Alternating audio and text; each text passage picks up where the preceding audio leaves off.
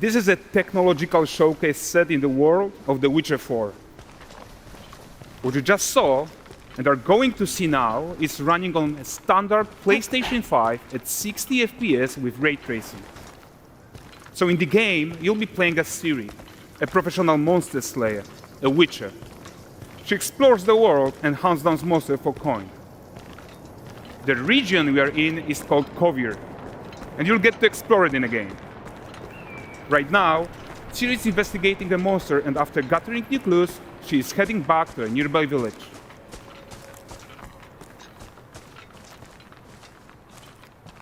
All right, everyone, meet Kelpie. Let weeds be weeds, Kelpie. So just like Geralt and Roach, Siri has her own loyal companion.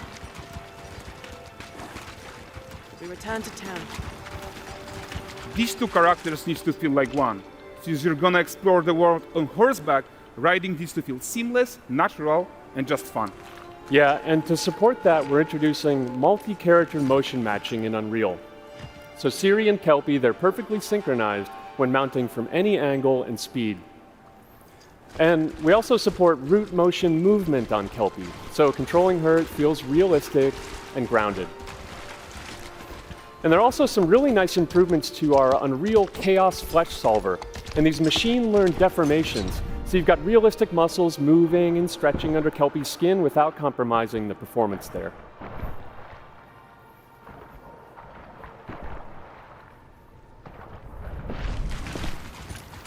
So let's leave Siri behind for a second and talk about the world itself. So much of the Witcher world is natural, organic, especially Kovir with its dense forest and wild nature. Yeah, and wild nature is hard. And with Nanite geometry, we've freed artists from so many of their old constraints. But we don't want to rest until everything we do in Unreal has that same spirit of freedom. There's always more work to do. And foliage is a huge piece of that puzzle. So we are excited to introduce Nanite foliage. And in order to achieve gorgeous foliage density everywhere, while still being memory efficient, fast to render, we believe that a new idea was needed. So instead of the same card approach we've been using for the past 20 years, artists should be free to take a nanite approach to foliage, modeling every single leaf and pine needle. And the old LOD tricks of the past, they needed a complete rethink. And in their place, it's a new adaptive voxel representation in Nanite. It's volumetric, it's fully 3D, it is super fast to render. And these dense clusters of triangles turn into these cubes, which at a distance, they're no larger than a pixel, and they react to the changing light of our dynamic sun and our shadows, and they allow artists to render whatever amount of foliage is needed to achieve their vision without compromise. And no compromise means how ambitious we are when it comes to bringing our vision to life with incredible visuals. But more than that, together with Epic, we created faster way to load the world. We can now bring in more content more quickly for the smoothest possible experience as we fly down to catch up with Siri.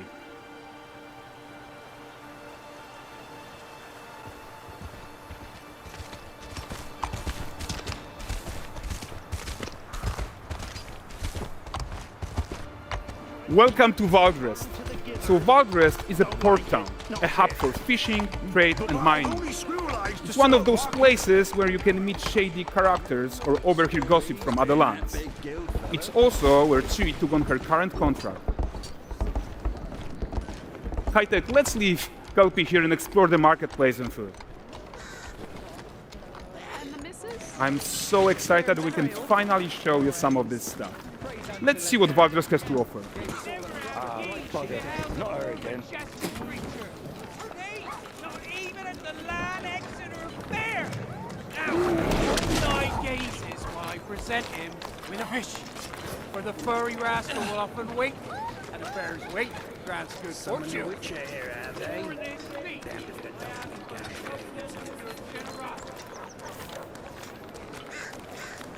Pardon. Guys, notice how responsive the world is. Character actions directly affect what happens around you, sometimes even setting off chain reactions. Everything is working together.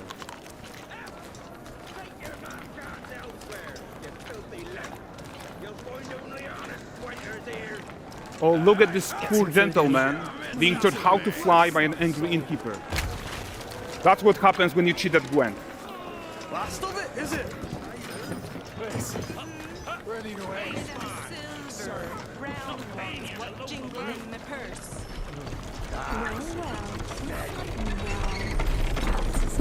Okay, so this is the guy who gave the series quest his own.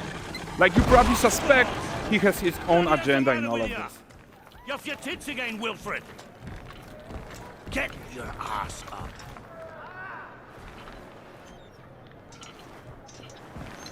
A typical day's toil. Who in? With Churres. What news of my wagons? No eternity is taking that damn salt to arrive. I found them.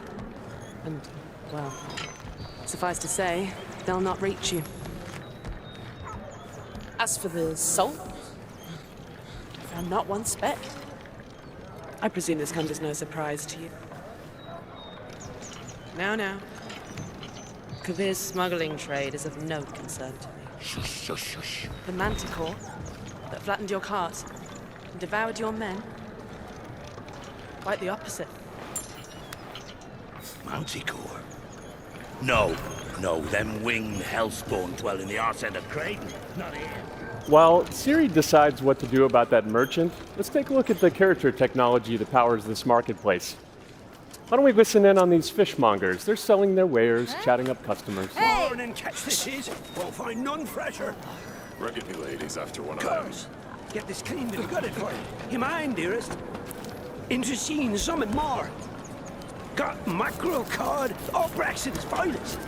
And there is tons of tech at play here, even in this simple market stall. Metahuman tools, improved Unreal smart objects, chaos cloth, and more.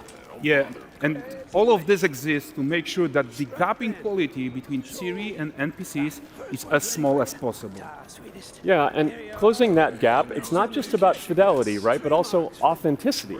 They should react to changes in the world around them. But the prisoner in pillory isn't exciting enough for Valdrest. Let's grab everyone's attention with a circus.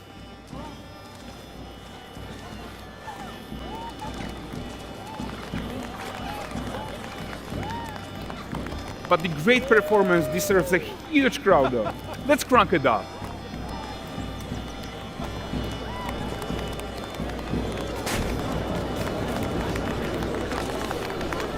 So you are seeing tons of optimizations here to many of Unreal systems, including an entirely new Unreal animation framework, allowing us to fit easily in our 60 FPS budget, not just in rendering, but also with room to spare on the game thread.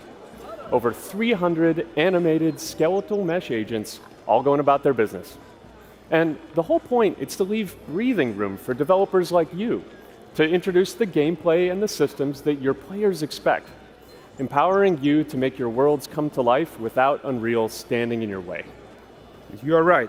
That's the open world RPG that we're making. But before we wrap up, how about one final check-in with Siri?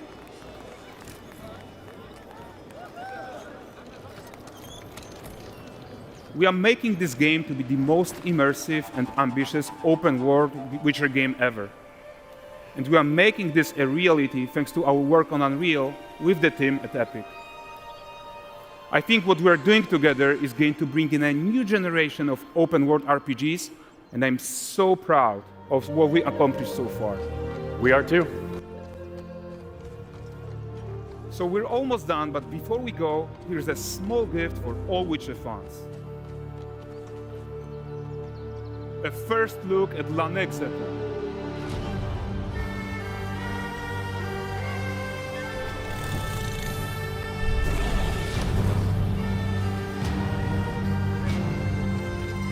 Onward, Kelby. With what?